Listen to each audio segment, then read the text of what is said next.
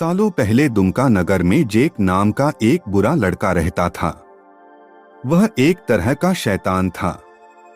एक दिन उसने एक ऐसा जादुई शीशा बनाया जिसमें सारी अच्छी चीजें बहुत छोटी और सभी बुरी व गंदी चीजें 10 गुना बड़ी दिखती थीं। उसके इस जादुई शीशे में सुंदर शहर भी गंदे और डरावने दिखते थे। वहां के सुंदर लोग भी गंदे और डरावने लगते थे, क्योंकि उस आईने में उनकी छोटी से छोटी चोट भी बड़ी और खतरनाक दिखती थी। सभी खुद को इस तरह देखकर घबरा जाते थे। लोगों को घबराया हुआ देखकर उस शैतान लड़के को बहुत मजा आता था। वह अपने शीशे के इस जादू से बहुत खुश होता था। उसने शहर में अपने जैसे ही बुरे लोगों का एक समुदाय बना लिया था। वह पूरी दुनिया के अच्छे लोगों को उस शीशे में कैद करके अपने समुदाय में शामिल करने की कोशिश कर रहा था।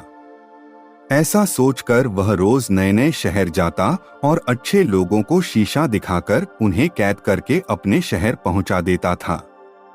सभी जगहों पर जाकर उसने लोगों को शीशे में कैद कर लिया।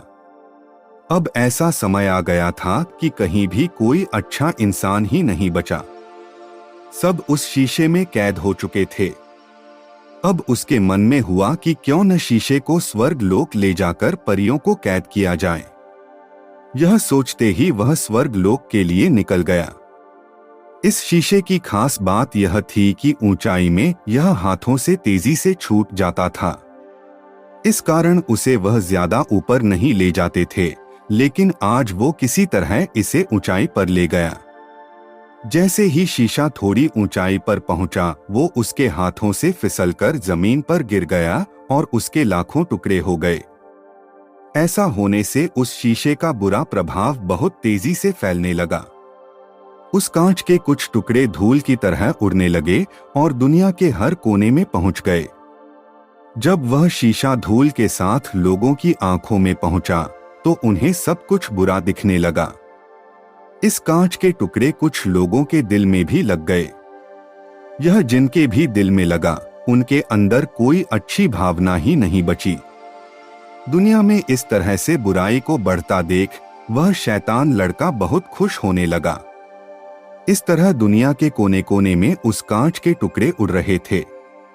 इस कहानी के अगले भाग में आप जानेंगे कि इसके आगे क्या हुआ। दोस्तों, इस कहानी से हमें ये सीख मिलती है कि किसी की बुराई बहुत तेजी से फैलती है, इसलिए इससे खुद को बचाकर रखना चाहिए।